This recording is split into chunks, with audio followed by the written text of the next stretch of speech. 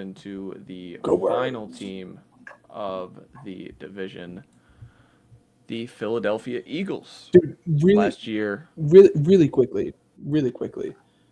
Joint practices between Patriots and Eagles the last 2 days. AJ Brown has just been putting like belt to ass. It's been awful. Anyways, Yeah. the top 7 receivers been really good. Yeah, who would have shocked. thunk? Um, no, but last year they won the division again. What was that? The first time someone's won the division back to back since '02. Ben, is that true? Yeah, Whenever literally that first time in streak was 25 years. flooding.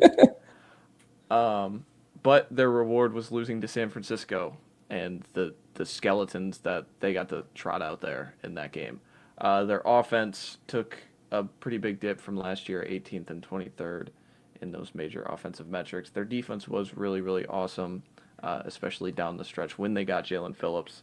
Jalen Hurts kind of ranked in the middle of the pack of both of his metrics. But their big addition came from the coaching staff, swapping out Kevin Patullo for Sean Mannion from Green Bay. They also lose Jeff Stoutland, and so that's why I included Chris Cooper from Minnesota and Ryan Mahaffey from You Green have Bay, to. because it seems like those are going to be the two orchestrators of trying to, cobble together the run game left behind by Stoutland University. And then they get into what they do best: extend their young, cheap talent early. Jalen Carter, 4 for 152. Jordan Davis, 3 for 78. They brought back Dallas Goedert and Jake Elliott and Braden Mann, and then Fred Johnson, kind of their swing offensive lineman, and then Marcus Epps seems like he's going to be that second safety, if I'm reading that correctly. Um, Yes. they, of course, traded for Dentavian Wicks and Jonathan Grenard at the draft. Also have Andy Dalton on this roster. Interesting. Are they going to carry 4 quarterbacks? I'm like looking at that. It's kind of silly. No, How no. many It'll quarterbacks they be Cole have? Payton. Okay. It'll be Cole Payton and one of Andy Dalton or Tanner McKee, and it better fucking be Tanner McKee. Pardon my language. Yeah, it'll be McKee. Like McKee's the easy one, but that's where are they going to try and flip Him and Andy Dalton? Dalton have That's been what I'm duking thinking. out QB2 snaps. Gross. Yeah.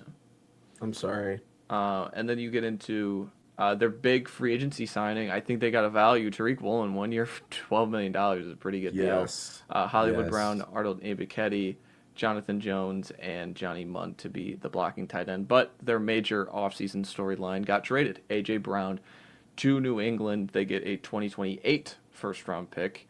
And they also traded Sidney Brown, their big free agency. They let walk was Jalen Phillips, just couldn't extend him at the number that he got. Reed Blankenship goes to Houston. Dotson is swapped out.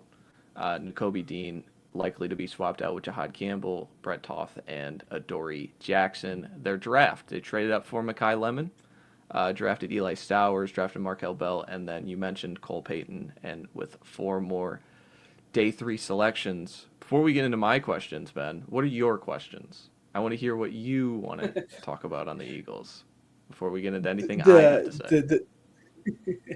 The say. the two biggest things for me is the offensive line, right? Like throughout literally my lifetime, the Eagles have had just a fantastic offensive line. That was not the case last year. A lot of it due to injury more than anything else, Yeah. but it was not a good offensive line. And the way to not remedy the situation is by having arguably the best offensive line coach in the entire league leave the building. So the offensive line is a little scary. I'll be interested to see how that plays out. But really, the other big question for me is like, who steps into that wide receiver 2 role, right? Everyone is looking around like what's happening with AJ Brown, who's stepping into that role. My bigger question is who's stepping into the Devontae Smith role, right? Because Devontae Smith will just step right into the AJ Brown role. Who's going to take that wide receiver 2? When Devontae Smith is having a bad game, it's not like you can just turn to someone else at this point. Obviously, you hope it's Lemon. We'll get into another guy, but it's just who takes that slot, and it's just going to be the offense as a whole. And it looks to be your first question that you asked as well, right? but just what does it look like this year? Yeah, let me ask a question real quick to the Eagles fan that follows this religiously. So regarding Makai Lemon and his whole situation, can you talk about that for those that maybe aren't as informed on the situation? Cough, cough, me, cough, cough. What's going on with this guy? Is he playing this weekend? Because it's possible, I think. But No. What's going on? No. He's not going to play. I would be shocked if he plays. I would be very, very shocked if he plays. The Lemon hasn't been practicing because of this lingering hamstring issue. Back now. Well, he ran routes in pads, but he didn't participate even in like team drills or one-on-one drills or anything. But he has this lingering hamstring injury that like dates back to his time, this past year at college. More than anything, I just think it's a matter of like the Eagles just having an abundance of caution, right? We're now seeing a team that did not have the abundance of caution with their first round wide receiver that had a hamstring issue and is now missing 2 months. So I think more than anything, it's just them just being as cautious as possible, knowing that like this soft tissue thing can really be a big issue. And they're saying, we're just not going to mess with that. And we're just going to let you kind of just hang out in the tub all day and stand on the sidelines until you are absolutely 100%. Again, as Matt said, this is his first like time he's been seen in pads pretty much throughout the entire offseason. I mean, like dating back to like rookie mini camp. So it'll be interesting, but he'll be ready to go. I think if they played a real game, I think he would even play. But they're just trying to be as cautious as possible. Where's your concern, like level of concern of for him, I guess, on a scale of 1 to 10? 10 being, oh my God, I'm freaking out. 10 being Jordan Tyson. I'm not super worried. Like at first I was like really worried about it, but like the more I've seen stuff come out, like I would say like maybe a 3, like at most a 4. But like I'm not super worried about it. Again, the main concern for me is like the fact that like this has lingered since like college now. But again, I just think they're being cautious more than anything. So it's like low, not completely dissolved, but it's a low level of concern for me. The funniest part about this is that if Makai Lemon was drafted by the Rams like we all thought he should have been, this wouldn't have been as big of a story. Like, would have been like, he's just sitting because he's got a minor thing, it'll be fine. But like for the Eagles, it's like, they traded AJ Brown. What are we doing? So yeah, I wanted to kind of put that out there before we make anything. But yeah, you're the Eagles fan. Take it from here. I'm sorry. Yeah. Those are my questions. I will let Matt get into his questions. I kind of talked a little bit about the offense a little bit. Saquon, I think, is going to be the biggest beneficiary of the new offensive scheme. I think the outside zone for him is just going to be stupid. And we've seen it in the head-to-head practices or the joint practices. But I will let Matt get into his other 2 questions here. Yeah, I mean, you touched on it with like the innovation, but just so much so of like quarterback doesn't throw over the middle of the field, right? Like that is the talking point. That is the overarching point. This is a system that predicates on it, that is designed around it, that is circling it. And the thing about the Lemon thing that I'm concerned about is not really much the injury, but like these are reps I want to see him get, right? Like, and so like that's the opposite of like the Tyson thing, where it's like Tyson is out there with Shuck each and every day, where Lemon, you take it slow, and so you run into this same wall of like, is Lemon going to be ready with the first team offense week 1 just because he hasn't played as much or like practiced as much and gotten a run of the offense as much? But the other flip side of the coin is tweaking it again and having a 2-month injury. So like there is like give and take that is weird. To that point, I think Eagles more than like maybe other franchises, right? I think like the fans of this team, like we are at least pretty comfortable with these rookies missing a large portion of training camp Mhm. because we saw it with Cooper DeJean, right? Like Cooper DeJean like literally did Yes, not participate in training that's the camp one. his rookie year, and then came in and was just like amazing pretty much from the moment he stepped foot on the football field week 4 and on. So I think like that helps at least like in our mind. Does that translate? Obviously not one for one, especially considering this is a whole new scheme. But I think that like helps at least mediate some of like the concern that like another franchise would have. Yeah, I get you. Just talking it out.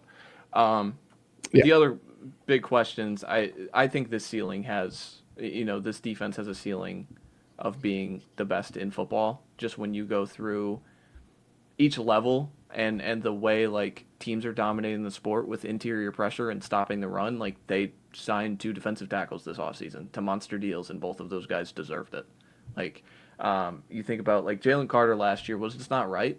He wasn't the same player that I think we saw during that Super Bowl run specifically, and Yeah. so the Eagles believed that, right? Like giving him the extension that they gave him, top of the market D tackle, right? Even more than like Simmons and even Quinnen Williams in the same division. So I believe that that's a player with defensive player of the year upside, right? And when you have one of those guys to build around along the front, everything else gets even better. And they have awesome players behind him as well. Like Zach Bond is an All Pro.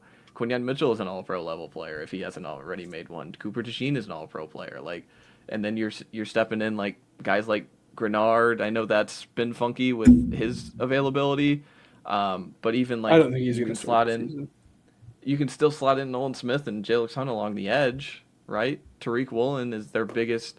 He's probably their biggest ad just from the sense of like Adoree Jackson isn't playing outside corner for them, like boundary corner this year for them.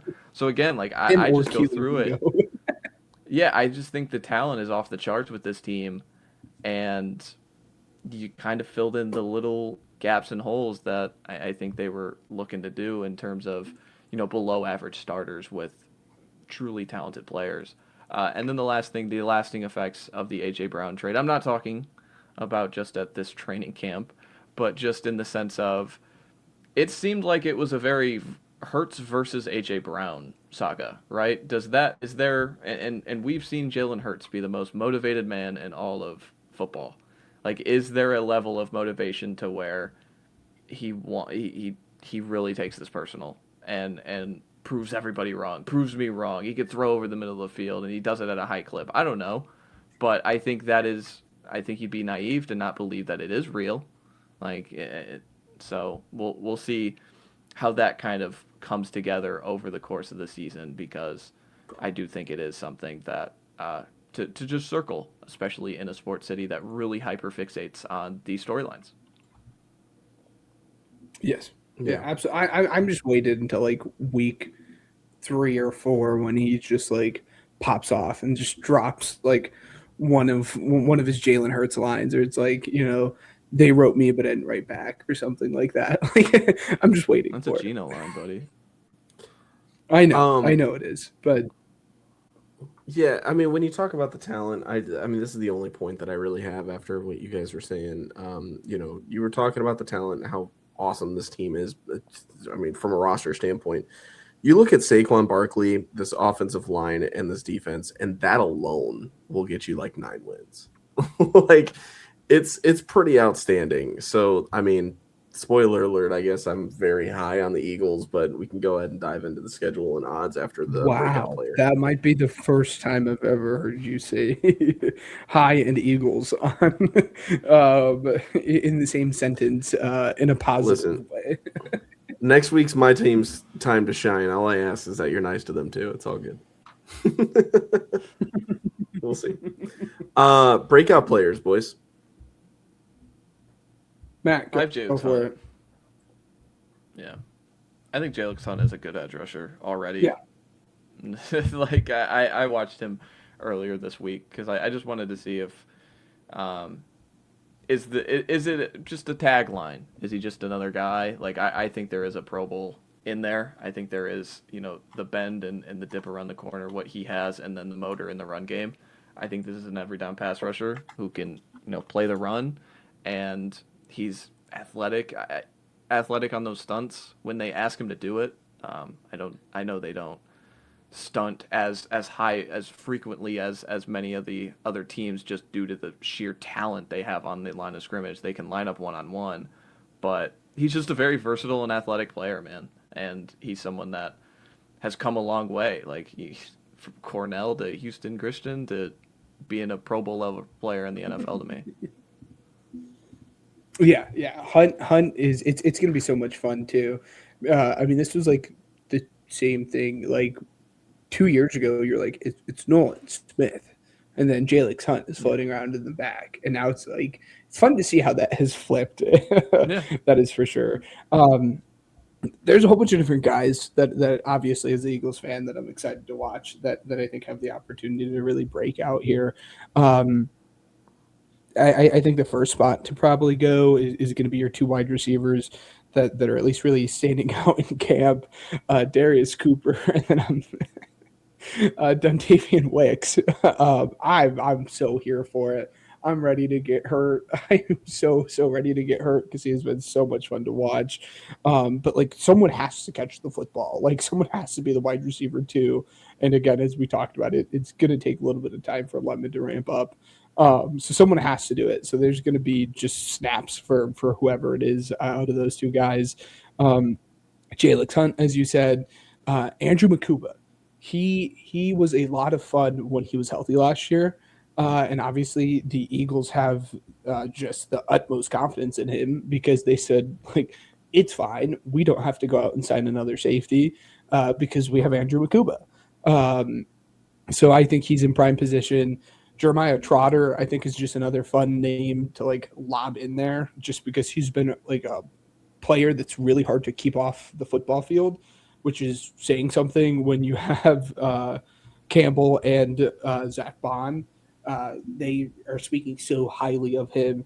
But really for me, I think the main guy is Ojomo. We've seen it before in terms of this third defensive tackle and what it can do to someone's career. Ask Melton William. And I think Ojomo's just primed and ready to step in that spot and then go and make like $15 to $20 million this offseason wherever he ends up going. Dontavian Wicks, anybody? That's what I said. Yeah. Someone's got to catch passes, right?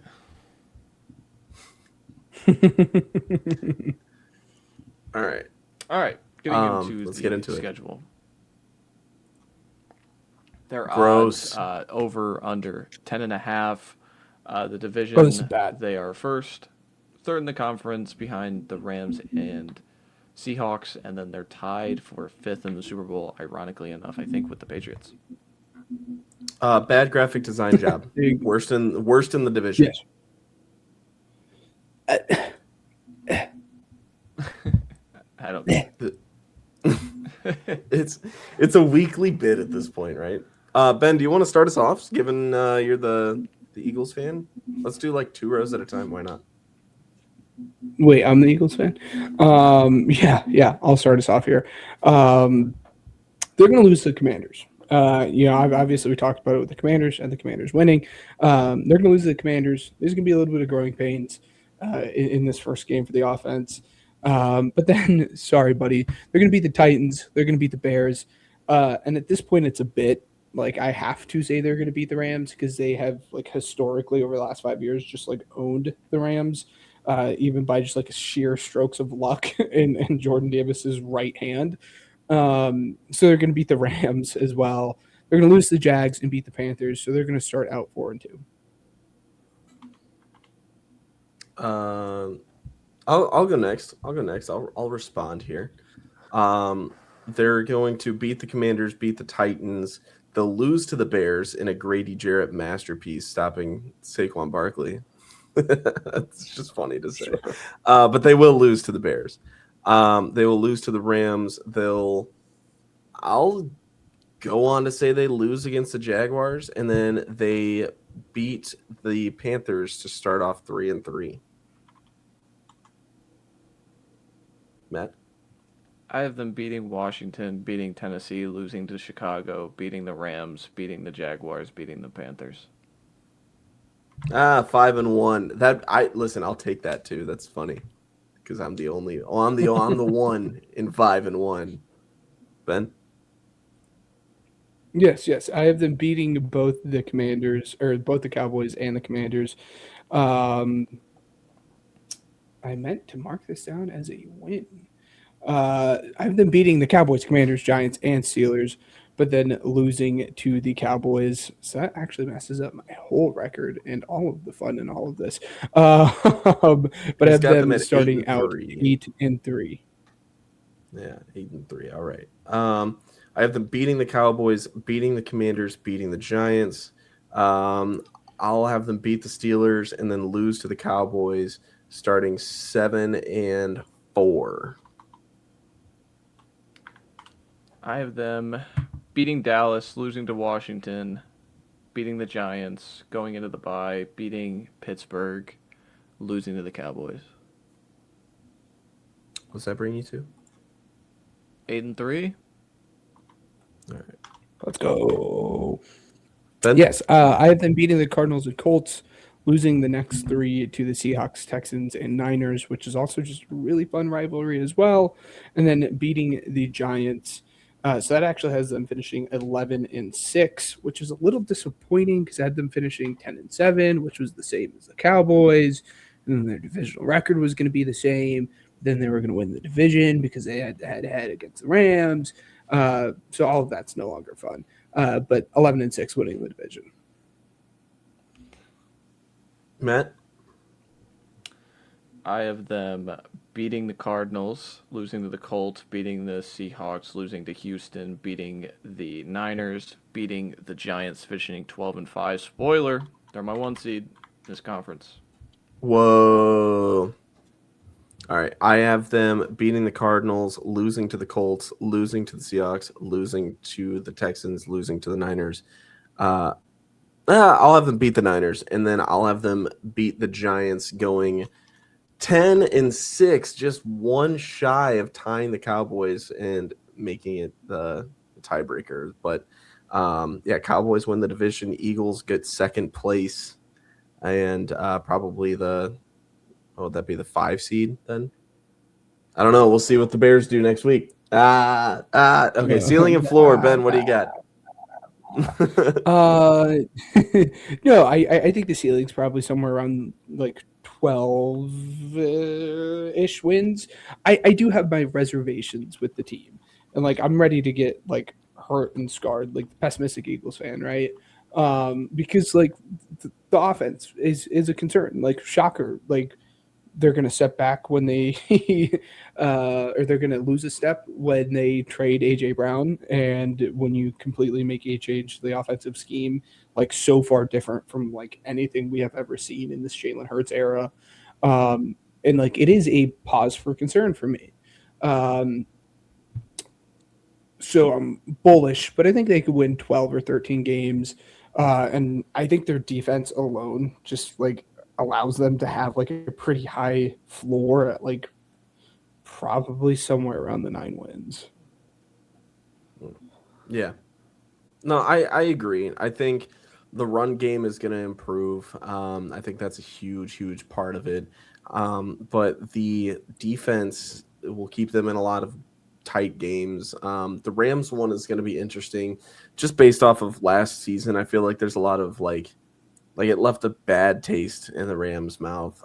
But yeah, I'll say their floor is 8 or 9 wins, and I'll say their ceiling is like 13. Like this team can be very good, and a 1 seed as well. Matt? Yeah, I think it's much narrow. I think it's 10-12.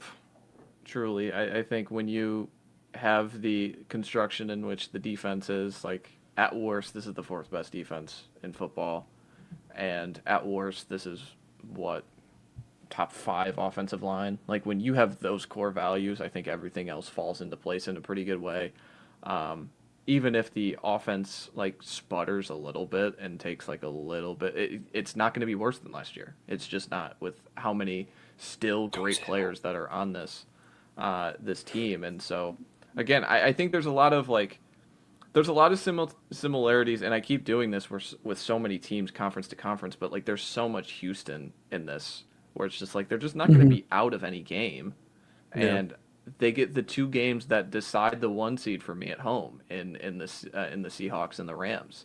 So I think it's a favorable schedule down the stretch and in some of these big spots. So that's why I'm pretty bullish. Like I think when your core looks like this, I just have a hard time betting against it. Yeah, it's those final like 4 of those 6 games that like scare me, right? And again, it's happened 2 times in the last 3 years where you start the season off like really, really hot, and then for some reason or another, you just like suck down the final 6 weeks of the season. And I feel like, again, ending with a stretch of the Colts, Seahawks, Texans, and Niners, like scares me. And it is definitely like flashbacks because I have seen it happen before. And like that does scare me. But again, as you said, just the defense alone should, again, keep you in games. So yeah. All right. To recap, I have them at 10-6. Ben has them at 10-6. Yeah, 10-7. Ben has them at 11-6. Matt has them at 12-5. Good stuff. Nice. So Matt, I want to ask too. This is an Eagles and Cowboys question. Me and Ryan see the Eagles and Cowboys like at least similar to one another. Do you see the Eagles and Cowboys close, at least going into the season, or do you is there like a break in the Eagles and Cowboys? I think there's a break. I think there's still like a tier difference. I think like if you were to put like a tier system, I think like the Cowboys are in that like tier 3. I think they're priced pretty well in terms of like they're probably at any given day they're probably the 6th to 9th best NFC team, where I think the Eagles are definitively in that top 3 to 4 with me. And so like they're pretty easily in that, just because like I think at their core, we've seen them do it, where Dallas, it's still so much mystery box, and B, it's just, I talked about the core values of like what's a better unit year to year? Do you think it's the Eagles defense or the Cowboys offense? Right? I probably lean to the defense, and so I think they have the better unit. And the other thing with the offense that I feel like is not talked about with the Eagles enough is like every other quarterback gets a bump with this system. Like every quarterback gets a bump, and it feels like it's still like, oh, we got to see it with Hurts first. But the core of this is like, go watch the Packers. Like they've been spitting out top 15 run games forever with limited talent along the offensive line and running back. This team has Barkley and still an insane offensive line when fully healthy, right? Like I just keep coming back to it. I'm probably drinking the Kool-Aid on the talent is just too good and things like that. And what you said is where it could come crashing down. But I'm in on this roster. I've been stewing on a little bit of a quarterback take. Can I say this here? Yeah. Yeah, let's go for it. Obviously, different players, and I'm not comparing, or I'm not making a comparison between these 2 players, one for one. But in terms of like how they're viewed in the NFL eye and the perception of fans, I really think Jalen Hurts is just going to be on like that same Dak Prescott arc, right? Where it was like, okay, this guy's great, and then it's like, I don't know. People kind of hate him, and there's like this back and forth, and then I think it's just gonna like level out over the course of the career, kind of the same way it did with Dak, where we're all just like, yeah, he's a good solid quarterback that can be one of the better ones, any given day. And like that, this is just like the take that I've been doing, because this is like exactly thus to this point. Obviously, you get here in different ways, but like this is how it has been for Dak Prescott, aside from the Super Bowl that Jalen Hurts has won, where it's just like back and forth. And now we've hit a spot where with most Dak of the Prescott, take where most ethos fans comes from, though. Comes from that what? Super Bowl, though. That's the take ethos comes from the Super Bowl, right? Like either you are, because he won the Super Bowl, either he's top 5 because he won the Super Bowl, or he's not top 10 because he got carried, right? Like Dak has never been under that spotlight. And again, it's because he hasn't won as much as Philadelphia, but yeah, and again, it's and the that's what I'm saying. reality. Like we get there in different ways, but like just in terms of the way that they're viewed by the NFL public, in terms of again just being like I don't know, and then it just evens out as the course of like Dak's career has like played out, where we're just like, yeah, he's a respected NFL quarterback. I mean, I don't know. Maybe, my rebuttal to that is like Sam Darnold is not he's not on that level in my opinion, is he? No way. No, he just won. I'm not talking about Sam Darnold. I don't know how Sam Darnold. No, I know. Brought up position. I'm bringing him up as an example to the whole. Yeah, like, well, he won a Super Bowl, so he has to be good, right? No, that's not true. That's not why I'm saying Jalen Hurts is good. But it's a point nonetheless in the argument. Like, well, he won a Super Bowl and X quarterback didn't. Like, sure, but so did Sam Darnold, and I think that there's 12 quarterbacks at least that I could name that I would rather have than Sam Darnold. Yeah. Like, I mean, it's a moot point to me. I really hate that point because I really don't feel like you need to be a top 10 quarterback to win the Super Bowl. Like, it's come to that. It's come to that. I don't know. That the whole Super Bowl point is so overdone to me. That's what I'm saying. Yeah. That's what I'm saying. Nothing of this has to, again, do with the Super Bowl. Again, this is just purely how fans look at him over the course of their career. That is all I know. That's why I disagree with it. I'm not saying that what you're saying is wrong. I'm just saying what other people will say. Oh, well, like Jalen Hurts, for example, is a Super Bowl winning quarterback and X quarterback isn't. Like, should we discount Drake May in the amazing season that he just had because he lost in the Super Bowl? Or should we, and credit? I'm just saying, please don't take this as an insult towards you. It's more so like the stupidity of the fans that are like, listen, like this guy won a Super Bowl, so he's got to be in my top 10. Like, that's so stupid to me. That's so dumb. Because like the top 1% of quarterbacks win the Super Bowl. Like and like so Jalen Hurts is the top 1%.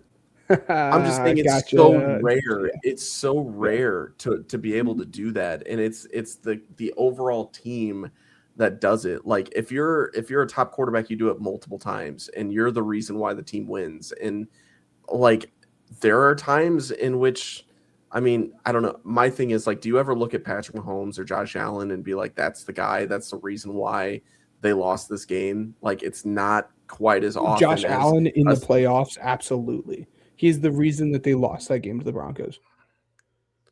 I disagree. 2 turnovers, but that's another conversation. He had 2 turnovers and lost and had the fumble that led to the game-winning field goal. Absolutely, Josh Allen was the reason they lost the game to the Broncos. I have a conspiracy about it, but again, it's a conversation for another day. Yeah. Yeah. Anyways, NFC East standings. Our standings. What I've got. So Ben and Matt have the Eagles in first place, the Cowboys in second, likely a wild card. Commanders and then Giants in third and fourth. I have Cowboys taking number 1, Eagles 2, likely a wild card, and then Commanders and Giants at 3 and 4. To just highlight that.